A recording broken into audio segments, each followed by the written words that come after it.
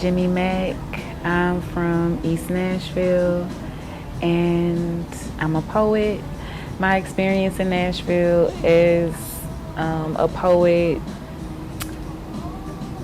I can honestly say being in the poetry community, I can really say it saved my life. I came back to Nashville from moving away, and I was always a writer, but I put myself in a space to be surrounded by community. Shout out to community because it led me to that space, which is Ella Jeans. And it's also known now as Rhythm and Spice, but it used to be Ella Jeans, and it was like a soul food / poetry spot upstairs. And that is where I would say like the birth of Jimmy Mack for real took place. I think maybe they got my black skin fucked up. Or maybe I'm coming a little bit out of fucking pocket. Last time I checked, my skin wasn't made for profit. Understand, I come from prophets, king and queens, pyramids still burn underneath the sun, my African regime. Now, I come in this bitch every day, no matter how low I'm paid, I gotta get this check today. My skin introduces me before my words and my... Poetry can be like 5 words or just whatever you feeling that day. Like poetry is life. So. With your poetry, how does it make you feel to, put things on paper, write them down, and then to perform them in different spaces? How does that make you feel as an individual? It makes me feel good. It makes me feel connected, seen, heard. I get a lot of feedback from the audience because they relate to what I'm saying. I would say my favorite thing about poetry is when like you just say a bar and it's just so cold, and then like everybody's like, rewind, hold on, wait a minute, we gotta take that back. That's one of my favorite things. So just getting the reaction from the crowd.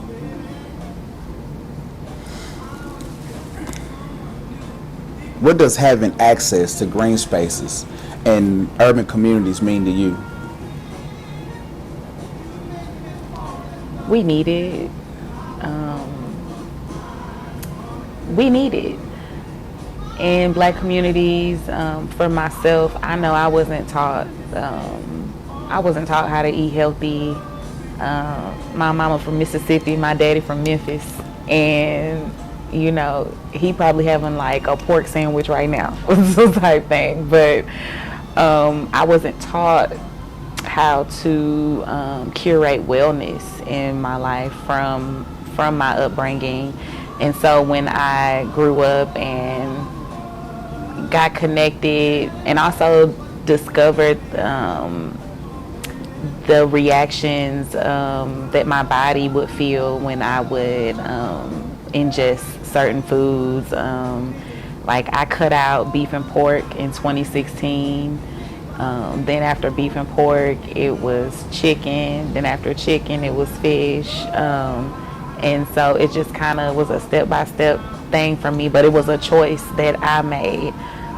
As far as curating green spaces in Nashville, like I said, it's important because we're not taught, health is wealth. I think we're fed junk on a day-to-day, and not just in terms of food, but we're fed junk in society. We're fed junk in what is advertised.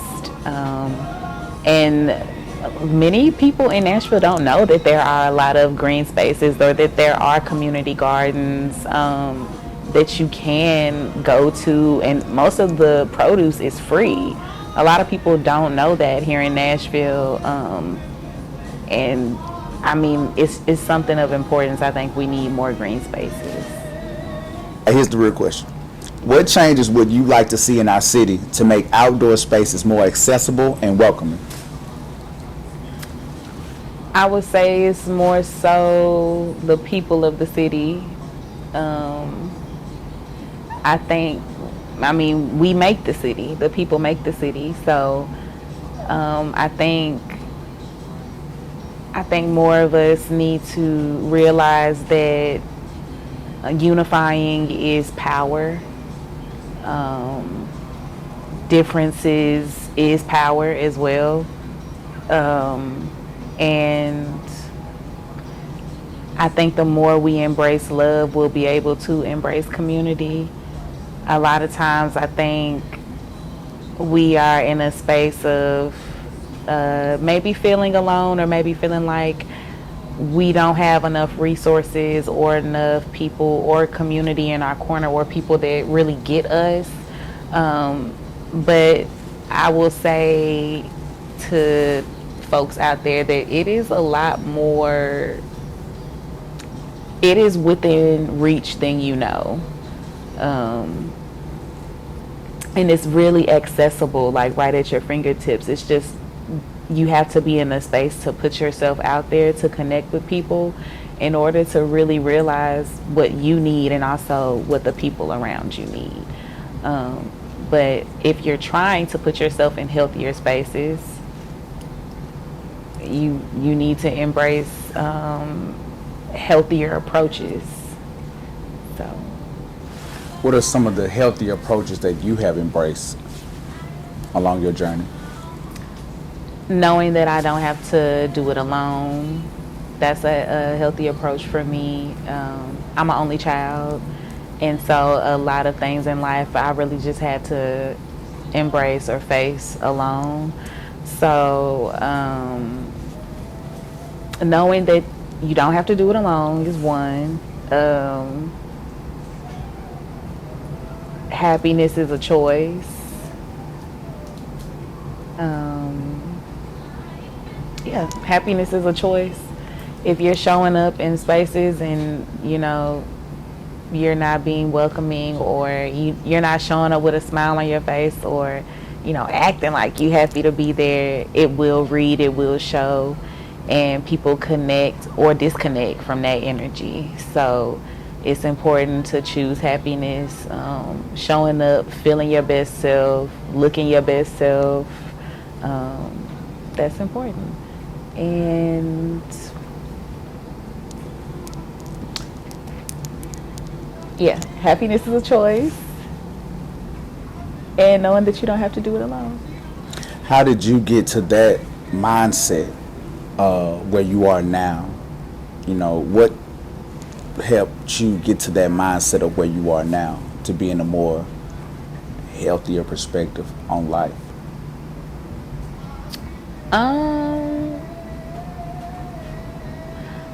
I would say analyzing my past, and also maybe analyzing all of my relationships, realizing everything is all out of my control, and just embrace what I have, be grateful for what I have. I mean, a lot of us are in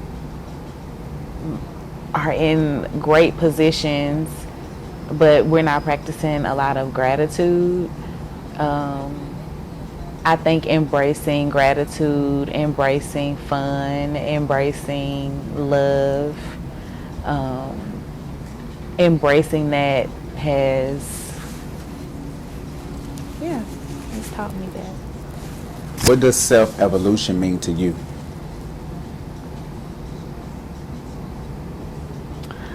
Octavia E. Butler said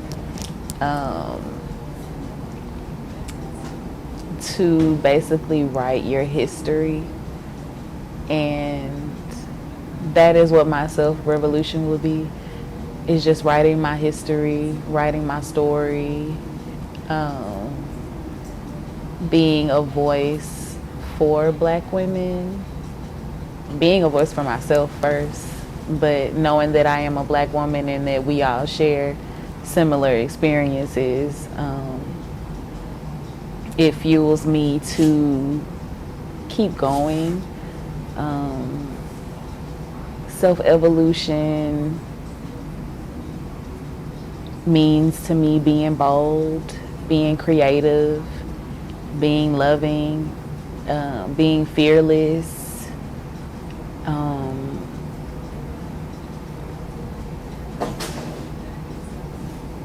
embracing the unknown,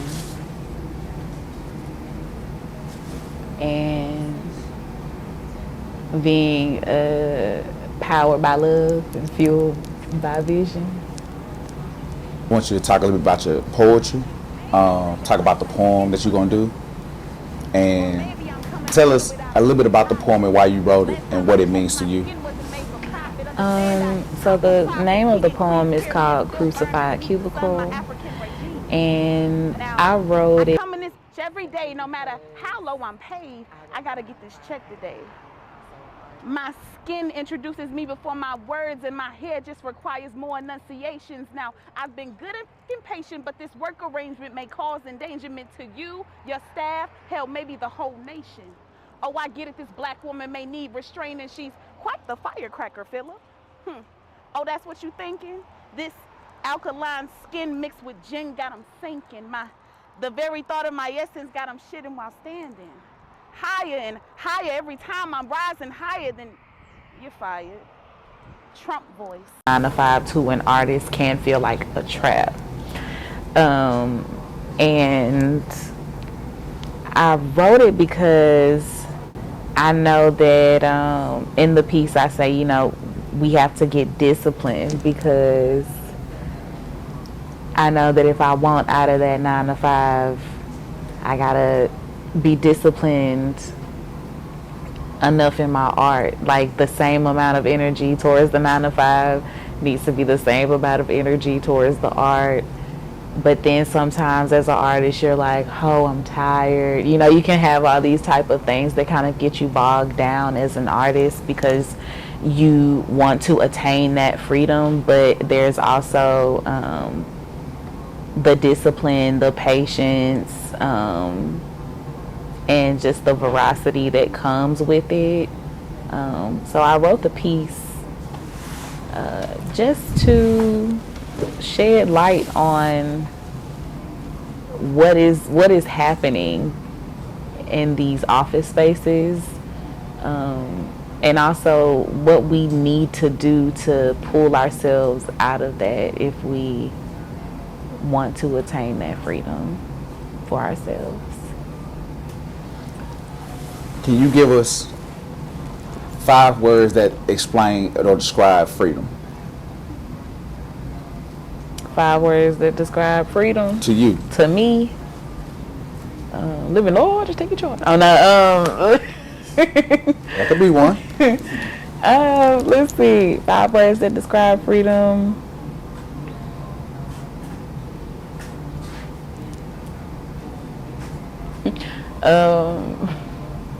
I make my way out.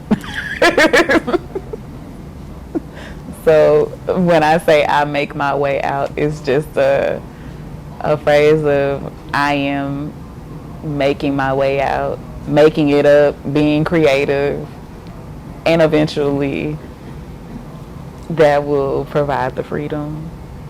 But yeah, those are my 5 words. Okay.